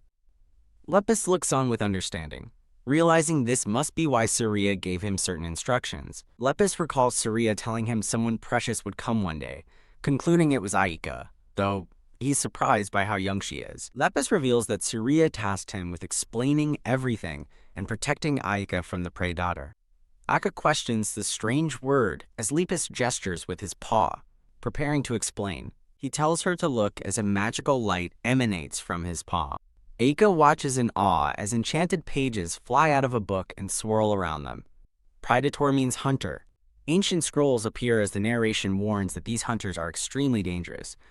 A tale unfolds of a god who left behind relics called Absolti, entrusting them to divine beings known as Hierotica. Lepus explains that Absolte also shared the relics with the Seekers, who helped maintain the world's balance. But peace was shattered when envious people began hunting Seekers to steal their relics, giving birth to the Predators. Lepus explains that Seekers still chase relics while hunters chase Seekers, revealing to a stunned Aika that she has inherited the power of a Seeker. Aika's eyes widen as the terrifying implication dawns on her. Her panicked thought echoes against a stark, threatening background. She's going to be hunted too. Her fear solidifies as she whispers aloud, wondering if she's truly going to be hunted. Aika looks worriedly at Lepus and asks how he can possibly protect her. Lepus explains that when a seeker awakens a dormant relic, it grants them special powers. A golden-bordered text box reveals that Saria awakened many relics and gained numerous powers. Illustrations show some of Saria's abilities, like binding an enemy's feet with chains or shielding herself from rain with an umbrella. Aika's eyes sparkle with excitement as she realizes her mom had amazing powers. In another time and place, a girl with brown pigtails tells Cassel she's been seeing the future since swallowing a gem her mom gave her, asking if it's an ability. A shocked Lepus asks what she swallowed. Back with Aika, Lepus vaguely mentions that Saria had to forcibly draw power out of something, leaving Aika confused. Lepus dismisses her question, insisting that, to fight hunters, she must collect relics, which seekers can sense. An image depicts a dark hand, trying to seize a glowing one, explaining that hunters harm seekers to steal relics for their own greed. The girl with brown hair from the previous vision is shown holding a brilliant ball of golden light, her seeker power awakened. Lepus asks Aika if she's met Serpens but hasn't fully awakened him yet, and Aika questions the name. Aika wonders about a snake, as Lepus confirms she must have met the one with a single red eye. Kia. A flashback shows a terrified Aika being constricted by a giant, one-eyed black snake, screaming that she thinks she saw one. In a chibi-style recollection, Aika seems to dismiss the snake as just a bad dream while talking to Lepus. Lepus instructs Aika to call out the name Serpens, but she recoils in fear, exclaiming that the snake was too scary. Lepus urgently tells Aika to go back, warning of something terrifying outside the door, which frightens her even more. With no time to explain, Lepus urges Aika to leave before she gets scolded. Aika crouches beside Lepus, confusedly asking what he means by scolded. Wah! Aika cries out for Lepus as a hand grabs her, seemingly pushing her out of the hidden room. The scene transitions to a few days later at the Regir estate. A bright, sunny day illuminates the grand and opulent Reguiar estate. Aika sits on her bed with a pensive expression, wondering what to do about the task she can't keep putting off. Memory of Lepus floats in her mind, repeating the instruction to call Serpens' name. Aika steels her nerves, remembering that calling the name is supposed to make the snake from her dream appear. A terrifying vision of the massive snake lunging with its fanged mouth wide open flashes in her mind. Shivering, a chibi Aika reminds herself just how scary the snake truly was. As Aika nervously begins to call his name, say, Serpen, Cassel's voice interrupts, asking his peanut what she's doing. Utterly startled, Aika gasps. You, uncle! Cassel asks why she's so startled, and a flustered Aika explains he came in suddenly before asking what's going on. Cassel calmly explains he's going to the palace for lunch and tells her not to skip her vegetables, as he'll check with Sophie. Aika immediately begs her uncle to take her with him to the palace, but he gives a firm and simple no. In tears, Aika protests that he said he'd think about it, to which he calmly confirms that's exactly what he said. As Cassel walks away, telling her to give up, Aika collapses onto her bed with a dramatic huff. Aika worries that her uncle will never take her to the palace again, desperate to see His Majesty and Ruthvi. In a flashback, a resolute Castle stands bathed in a holy light, thinking, no, as he recalls the danger Aika was in. A man with black hair tells Cassel that while he understands his feelings, he wants to respect Saria's final wishes for Aika to move freely in the archive. Cassel listens with a stern, silent expression. The man at the desk tells Cassel he must have a plan, and Cassel confirms he does. The man presents a paper with a complex magic circle, telling Cassel to take a look. The man smiles confidently, asking Cassel's opinion on his plan to let Aika visit the archive safely and freely. Cassel eyes the document with concern, questioning if they can set this up in the palace, and worrying that other nobles will complain about fairness. The man reassures Cassel, stating he and Rusbe miss her too, so they'll prepare for her to come officially and will be in touch. Back in her room, Aika quietly waits on her bed after her uncle leaves. With renewed determination, Aika decides that now that her uncle is gone, it's time to try again. Taking a deep breath, she hesitantly begins to call out the name. Say, squeezing her eyes shut, Aika shouts, Serpens! With all her might. She looks around nervously, wondering why nothing is happening. Frantically looking from side to side, she thinks, he's not showing up. A single drop of water falls. signaling a sudden change in atmosphere. Rain begins to pour down heavily, splattering into puddles. Aika finds herself suddenly standing in a downpour, looking completely shocked. Plunged into a turbulent sea, Aika struggles, thinking she can't breathe. Trapped underwater, Aika panics, wondering how she got here from her room and desperately asking Serpens why this is happening. The terrifying, red-eyed snake appears before her in the dark water as she demands an answer. With a thud, the snake's tail lands on her bed as Aika is suddenly back in her room, looking terrified. Aika sits on her bed, stunned and speechless after the terrifying ordeal. A small, cute, one-eyed snake appears with a blush, politely asking, "Did you call for me?" Aika stares in shock at the tiny, wiggling snake that has appeared before her. Aika is utterly baffled, as a diagram illustrates the snake's transformation from big and scary to small and cute. The little snake smiles, formally introducing himself as Serpens. Aika stares at the small snake, shocked to realize its single red eye is the same color as the jewel she ate. She introduces herself as Aika de Valiert and asks if his power is seeing the future, to which Serpens asks if Lepus told her that. Aika smiles brightly, confirming it, and Serpens calls her smart. Serpens explains that as his power grows, he can see the future of anyone she wishes with more accuracy, though it will take effort. Serpens promises to help since she summoned him, and a delighted chibi Aika thanks him profusely. Aika worries that she wants to tell Lepus about Serpens, but has no way to get to the old archives. Serpens muses on whether the scary man will take Aika to the palace, concluding he'll definitely say no anyway. Aika clenches her fists with renewed and fierce determination. The scene shifts to a grand, sunlit training courtyard at the estate. Cassel, the red-haired man, bluntly tells Aika no, repeating that she's not going to the Imperial Palace. Cassel demands to know what trouble she's planning, while Aika sulks, calling him the worst. A blonde man named Gerard scolds him, but Cassel tells him he can hear. Aika abruptly changes the topic, declaring she wants to write a letter to Ruspe and invite him to their house. Cassel considers this, deciding an invitation to the house is fine and gives his permission, to which Aika gratefully thanks him. In return, Cassel informs her she's getting a tutor next week and must study quietly, prompting her to ask if he thinks she only causes trouble. Aika's mood brightens instantly as she leans forward and asks him, "What is it?" A view of the magnificent Regier estate is shown under a bright blue sky. Cassel stands in thoughtful silence for a moment, swish he turns away, promising to take her later when things are safer, and Aika lights up with pure joy. Cassel playfully complains about how expensive it is for him to make a move, while Aika dances happily beside him.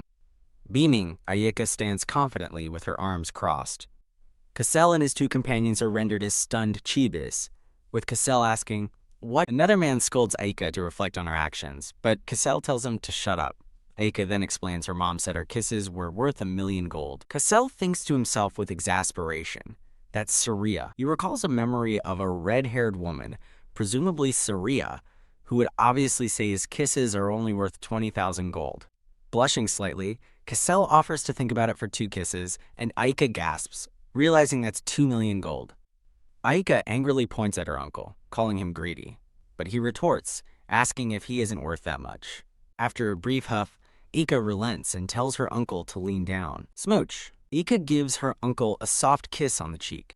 A cute cartoon shows 2 Aikas happily kissing a flustered Cassel on his head and cheek. Cassel, surprised, asks why she kissed him 3 times, and Aika explains one is a present just for him. Looking suspicious, Cassel asks if it's a bribe for some secret trouble, which Aika nervously denies. Aika happily runs off to write her letter to Ruspe, as Cassel tells her to take a nap, and his companions wave goodbye. Aika lies on the floor, happily beginning her letter with a blue pen. Her letter formally invites Ruspe to her house to make a cake, explore the garden, and have fun together. Ruspo, the boy with white hair, arrives and stands nervously at the open gate of the grand estate. He looks down with a blush at the fancy red envelope he's holding. He clutches the invitation to his chest with a soft expression. The scene transitions down a long, brightly lit hallway in a lavish palace. At his desk, Ruspe smiles warmly, blushing as he rereads Aika's letter. He's startled as a voice from behind him asks if that's a letter from the Valiart girl he met. A close-up reveals the speaker is a man with white hair and purple eyes. The man's ornate cravat and large purple jewel brooch are highlighted, The man asks what the letter says. Ruspa nervously explains he was invited to her estate, and the man acknowledges this. The man's thoughts reveal he is suspicious of the illegitimate child of the former prime minister. With a stern expression, the man thinks her sudden appearance is suspicious no matter how you look at it. He coldly tells Ruspe, "Do not go," leaving the boy utterly shocked. The man clarifies that Ruspe shouldn't go unless it's absolutely necessary. Clenching his fist behind his back, Ruspe stammers, Father." As Ruspe looks up with newfound determination, his surprised father asks, "What?" Ruspe argues that, since the Valyart family is on the king's side, it is time to strengthen the bond between their families. A young boy with light purple hair and matching eyes looks on with a deeply concerned expression. The man sternly reminds the boy of his destiny to become the crown prince. The boy clenches his fists, arguing that there is much to learn from Marquis Regier, and fervently begs for permission. The man thinks to himself in surprise that the boy has never once talked back to him until now. A vision of the boy, now with white hair, flashes a bright, hopeful smile. The boy realizes, with trembling determination, that he has just stood up to his father for the very first time. Amidst a backdrop of flowers, his true motivation is revealed, a chance to see Aika again. He recalls a happy memory of Aika, smiling brightly while holding a bouquet of yellow flowers. The scene transitions gently through a soft, floral pattern. The boy stands resolutely with his hand over his heart, his determination blooming like the giant flower behind him. A soft, blushing smile spreads across his face, full of gentle anticipation. As the sun sets over a beautiful landscape, he quietly wishes to see Aika soon. Splash! In a flashback, the boy now named Ruspe is startled by a drop of water hitting his face. Ruspe remembers Aika's terrifying fall into the water, thinking with regret that he never knew she was in such danger.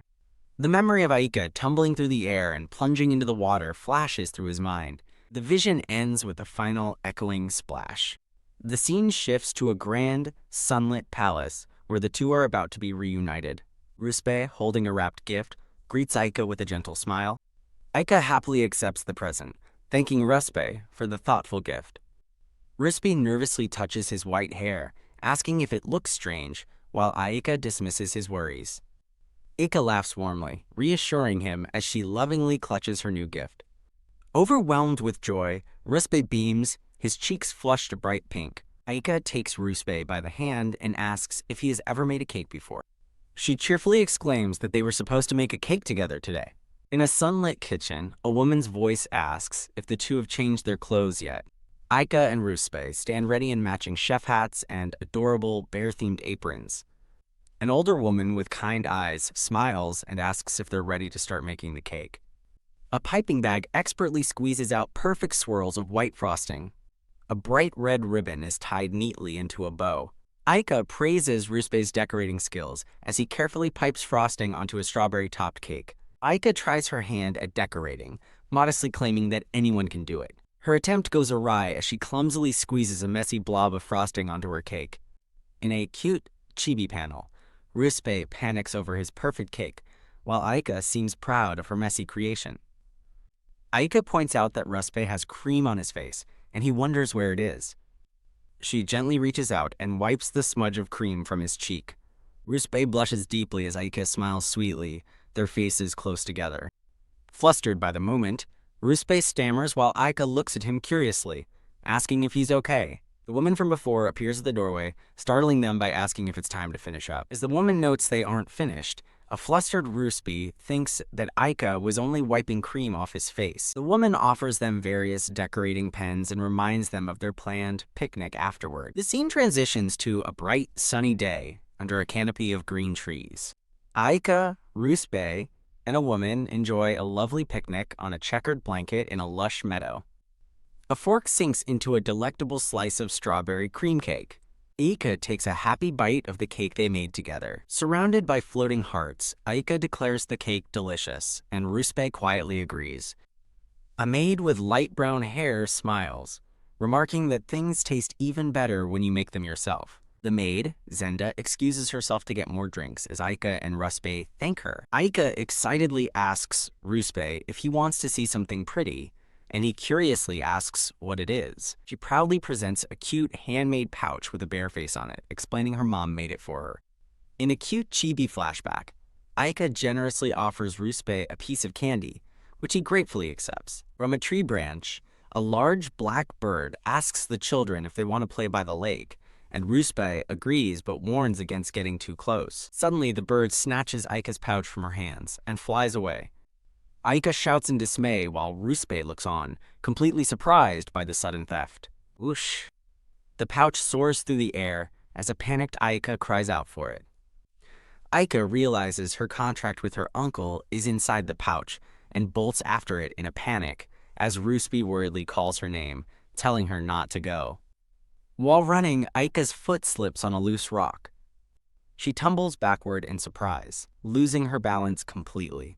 Ruspe watches in horror, calling out her name as she falls. The precious bear pouch is seen dangling from a thin branch just over the sparkling lake. Aika stands at the water's edge. Relieved, the bird dropped the pouch, but dismayed it's over the lake, thinking she can still reach it. She carefully extends her hand over the water toward the pouch. Straining to reach, Aika tells herself she's just a little bit further. Her fingers inch closer to the pouch, which is just barely out of her grasp. As her fingertips graze the water, she thinks she's almost there. Losing her balance, she tips forward over the edge. Splash Aika falls headfirst into the lake. Submerged in the water, Aika panics as she can't breathe, thinking how awful the situation is. Sinking deeper, she desperately thinks of her mom and uncle. Her thoughts turn to Ruspe, just as his jewel-adorned cravat begins to glow with a brilliant light. Aika is shocked to find she can suddenly breathe underwater. She looks toward the shore and sees Ruspe with his hand outstretched, surrounded by a magical aura, realizing he is saving her. Ruspe's hand firmly grasps hers as he reassures her that it's okay now. Stunned and safe, Aika can only whisper Ruspe's name. A vision shows Aika being gently lifted from the water toward Ruspe, who reaches out to her. Still in shock, Aika stares at Ruspe and softly says his name. Her feet land softly and safely on the grassy shore. Ruspe and Aika stand hand in hand, both now safe on dry land. Ruspe suddenly stumbles with a pained ugh, covering his eyes as a concerned Aika asks if he's okay. Aika asks if he's hurt from saving her, but a blushing Ruspe insists he's fine, just a little dizzy from the effort. Ruspe confirms that he was the one who moved her to safety, leaving Aika utterly astonished. Aika excitedly praises Ruspe, asking how he performed such an amazing feat, and he shyly admits that he used magic. Ruspe puts a finger to his lips, asking Aika to keep his magic a secret because someone named Kamaye told him it's a rare and hidden ability. Aika thoughtfully processes this, asking if he's a rare magic user, and Ruspe confirms he thinks so. Ruspe then presents Aika with her bear pouch, much to her surprise. Aika exclaims that it's her pouch, and Ruspe happily explains that he used magic to sew it back together for her. Overjoyed, Aika throws her arms around Ruspe in a tight hug, thanking him profusely. Ruspe blushes deeply, surprised and flustered by the sudden embrace. A flustered chibi Ruspe gestures wildly while Aika wonders what could be so difficult. Aika gasps with a sudden, important realization. Aika tells Ruspe he doesn't have to tell her his secrets, promising to keep it safe because her mom taught her that even friends can have secrets. Touched by his trust and her own understanding, Aika beams with a warm, genuine smile. Watching from afar, Zenda thanks Ruspe, thinking that he's a true friend to Aika. Aika and Ruspe are startled as they hear Zenda's voice calling out to them. Aika takes Ruspe's hand and agrees to go back. As they walk with Zenda, Aika leans in and asks Ruspe if he wants to hear her secret too. Aika cheekily touches her tooth and reveals her big secret. She has a loose front tooth. Aika confides that Zenda wants to pull her tooth, but she doesn't want it pulled yet. Russ promises to keep her secret as well. When Zenda asks what they're talking about, Aika playfully tells her it's a secret. The scene transitions, showing elegant decor and a bouquet of pink roses. Tap! A voice calls to Lady Aika, demanding the answer to a question during her studies. With a fist raised in triumph, Aika enthusiastically shouts yes, while a small purple snake on her shoulder looks on silently. Historian Coil Veneta praises Aika as a quick learner but reminds her of homework and one last thing she needs to say. Aika asks what it is, and the historian explains that her next teacher had an accident and cannot come today. As Coil Veneta leaves through a grand door, she smilingly reminds Aika to do her homework. Aika waves goodbye, cheekily thinking that she wants to see her teacher again, so she better not be sick. The small purple snake on Aika's shoulder, Serpens, hisses at her, scolding her for using her powers for something so trivial. Serpens continues his lecture, insisting that her powers are for self-preservation and only for when absolutely necessary, much to Aika's frustration. Aika reflects on being unable to see Ruspe and being refused trips to the palace, leading her to begin special training with Serpens. Serpens glares with a single red eye, telling Aika that she still has a very long way to go in her training. In the garden, Serpens warns Akaka that her focus on her uncle has weakened her foresight, and she agrees to try harder. Now in a yellow dress, Aika listens as Serpens explains that everyone has an aura and suggests they go observe the servants. As Serpens asks if she can see the servants' auras, Aika admits that she isn't sure she can. Serpens reassures Aika that it's difficult, but she'll learn with practice, and she nervously promises to do her best. Aika squints and pulls at the corners of her eyes, concentrating hard as she thinks about auras. She turns her head, her expression focused and determined. A voice calls out to a man with light brown hair and glasses, Leto, who smiles while holding a stack of papers. Aika playfully asks Leto what he's doing, then quickly changes the subject to ask where he is going. Aika is surprised to see her name on the document, and Leto explains that it is the budget allocated for her. In a cute chibi moment, Aika asks if the large budget number is because she's bankrupting the household, leaving Leto flustered. Leto assures a worried Aika that her uncle was only teasing, and the family is far from bankrupt, even if she wanted a golden carriage. Aika quietly declines, but the thought of a golden carriage lingers in her mind. A jolt of realization strikes with a burst of energy. Aika senses a strange feeling and sees a red light around Leto, who also feels a strange presence. Leto turns to a nervous Aika, asking if she is all right, and she stammers that she's fine. Aika's hand is suddenly grabbed in a firm grip. Leto dashes off into the distance, waving goodbye and calling out that he'll see her later. Confused by her sudden action, Leto looks back and calls out for his lady.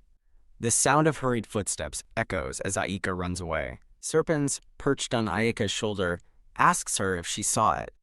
Aika confirms she saw the red aura around Leto, but laments that she couldn't see the future. Serpens instructs Aika to try looking at Leto's back one more time. With newfound determination, Aika's eyes widen as she focuses intensely. The view focuses on the flowing hem of Aika's elegant yellow dress. A fiery vision of Leto standing before a dark gate with a horse is reflected in Aika's wide eye. As Aika runs down a long corridor, Serpens asks if she managed to see the future. She clenches her fist, her expression filled with grim determination. A hand slaps a document down onto a desk with a sharp thud. A red-haired man scolds a stressed Leto for not finishing his work, but Leto insists he left the documents on the desk. The red-haired man sighs and accepts Leto's apology, telling him to report back by the next morning. A dejected Leto resigns himself to pulling an all-nighter to redo the lost work. Aika quietly walks away down the hallway after witnessing the exchange. Peeking from behind a doorway, Aika holds the missing document and smiles, thinking that Leto won't have to stay up all night, at least not tonight.